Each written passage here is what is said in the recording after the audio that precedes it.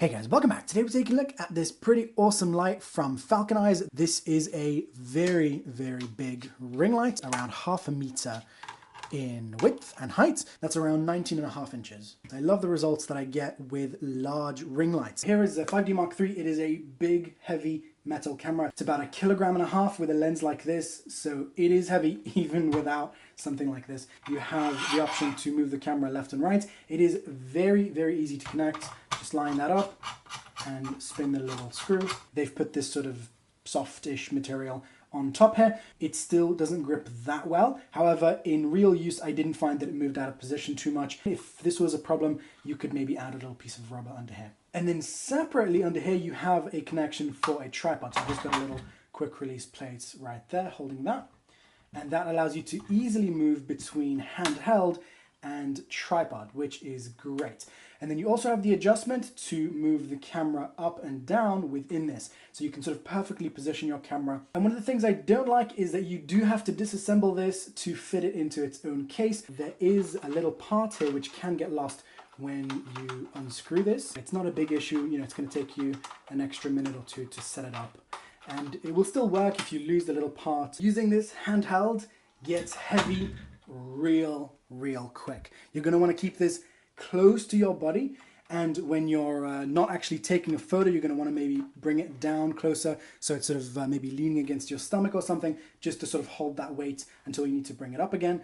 And obviously the further away you hold it, the more difficult it's going to be, which is why when I was doing this shoot, it was actually quite difficult because a lot of the time I was having to hold it above the girl that I was shooting. Another thing I love about the Falcon is that it is actually really good as its own studio light. So when you're not using this as a ring light, you can actually just use it as a normal light that is already sort of diffused without needing to attach a big softbox. And obviously the good thing about these batteries is that they work with a bunch of other stuff, and most of you probably already have some. I just hate how fragile they are, and obviously if they do break at the place where they normally break, which is the sort of connection point between the two plastic pieces, then they become a fire risk. Personally, I do not store any lithium batteries inside my house where they could cause a fire, even though most of the time they are safe, but they can, in rare occasions, be unsafe. If it's not that difficult to make that small change, then why take the risk? That's just my opinion. Now, in most cases, I prefer a light that doesn't change color between daylight and tungsten colors, but in this case, I like it because I don't need this to be super bright. Like I said before, most of the time, lights that change color are weaker than the exact same light without the color changing option. So here, that's not a problem. I don't really need this to be very bright. In fact, most of the time I use it on a really dim setting because I'm shooting subjects that are so up close. And also, the dimmer you are with light, the larger the person's pupils are going to be. So that's also potentially going to look interesting on camera because obviously when you're in the dark, your pupils open up and that is visible on the eye, when you're looking at it from the outside. Just fantastic to be able to get such a tiny amount of light. And I can easily get this light to be below what this light meter can read. So I can get it to 0.5 lux, and then it's just like that. I have no idea what's going on. That's pretty cool. So you can see the large black area in the middle of the eye. So that's a large pupil. So this is 16,000 ISO, 1/30th of a second, f2 aperture. And you can see we're getting really nice large pupils because the light is so dim. And I could even raise the ISO up higher if I wanted to. And that looks really cool in the eyes. 1 meter away, 650 lux, all the way to the tungsten side, 200 lux.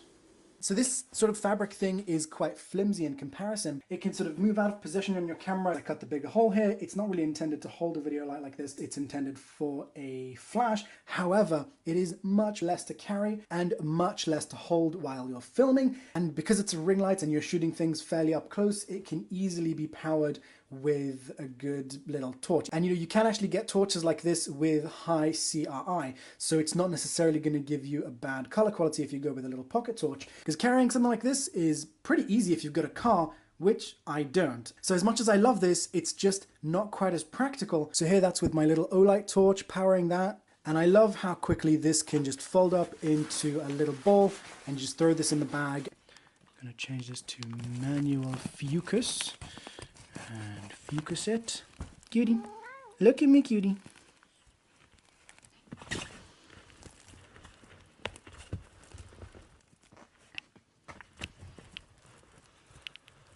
And you can see that the light from this is quite a lot softer because this is coming from a larger area. And that means that it's still a ring lightish sort of look, but it is different. And I'm not actually sure which one I like more. I like both of them. And ideally, I'd have the option to choose both. You can also see that the reflections that it shows are much larger. So that would be in the eyes and on metallic surfaces and stuff like that. Just when it comes to the style and look of the image, I would have a hard time choosing between them. I really like both. Okay, so this is not a fair comparison in any way, but just to give you an idea of how bright this diffuser can get with a 160 light, that is 43 lux at 1 meter. Even though this light will go super bright when it's without the diffuser. So here at 1 meter away, we're getting around 1200 lux. Just for comparison, I wanted to show you guys what it looks like when you just have an on-camera light. So this is just the 160 light over the camera. And in my opinion, it looks kind of crap. This could maybe be an interesting look for some things, but most of the time I don't like this. Now here's an example of why I love lights that go super, super dim. Even though there is some light pollution here, I've got it set bright enough to see the stars. And in this kind of situation, if I wanted to add some light locally, whether it's from a ring light or from a different kind of light, then most lights would be way, way too bright. And there are ways you can dim lights when needed, like, you can cover some of them up. But I love when a light can dim super low without me having to like tape stuff to it to try and dim it down. So then here is no light and with light. Here I'm using my tiny little Olight, which doesn't change color temperature. It's not matched in color, so it does look a bit weird, but I think also kind of nice in some ways.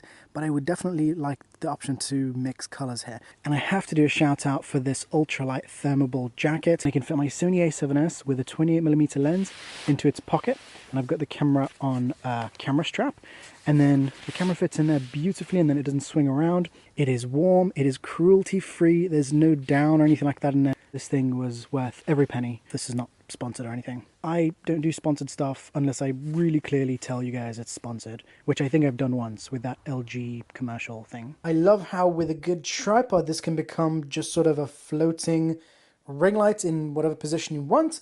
And for me, that potentially is super useful for getting a really nice ring light look over a tabletop. The controls on this are pretty simple. You've got your dimmer, your color temperature, and an on-off button. And we also have these little buttons that allow you to switch off 1/4 of the light at a time. I can easily switch between a really ugly looking top light or a really, really ugly looking bottom light, or maybe just the left side, or even just one side on the top left. I think it looks like crap. And it's nothing to do with this light. It's just, it's coming from a small area of light and it's creating harsh shadows, and I just don't like it. I have used this diffuser for a tabletop ring light, and it was quite a huge pain in the ass in so many ways. Even though working with it handheld is not too bad, it's a little bit of a pain in the ass, which is worth it because it's lightweight. But for a tabletop setup like this is just so much better, so much easier, with a lot of space down here for my arms to go and not bump into anything. And I can also really easily see what I'm doing because of this big gaping hole right here. And it's really easy to connect and disconnect the camera to here just with the screw. I didn't even bother connecting a quick release to that. This is just fantastic for tabletop ring light photography, whether it's macro stuff that you're doing or videos where you want a ring light around, something that you're talking about, like I would quite often do. Then this is absolutely fantastic. It's fantastic. Now, in some very specific areas of the dimmer wheel, you will have a little bit of flickering here, but that's very easily sort of fixed if you just move the dimmer a tiny bit. You just need to watch out for it, because if you don't notice it and you do all your filming with this flicker, then that's going to be a huge problem.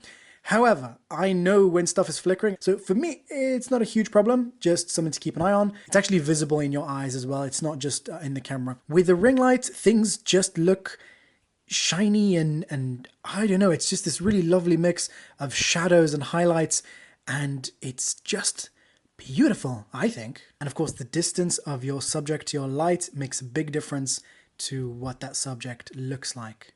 So this is something that's metal and completely shiny, but it looks almost black at this distance, This, by the way, is my modified SOG pocket power plier. It's something that I never go anywhere without. I love this thing. It's these super awesome pliers that double your pressing force with this little gear mechanism here, and I added a pocket clip to it and also these handle extensions, and I just love this thing. Color quality wise, I'm not seeing any issues. I'm getting nice skin tones and stuff. Actually, I really like the light coming from this. I didn't use any special tools for measuring that, but no problems as far as I can see. Okay, so as a conclusion, this thing is absolutely fantastic. I love almost everything about it, but it is around 5 times the price of that little foldable one, you know, an original one from Roundflash, and it is much heavier as well. So for me, this just isn't the right choice. However, it is absolutely fantastic. Okay guys, thanks for watching. Hope you found it useful. If you want to support this channel, then you can get yours from the links down below from Amazon, eBay, or B&H.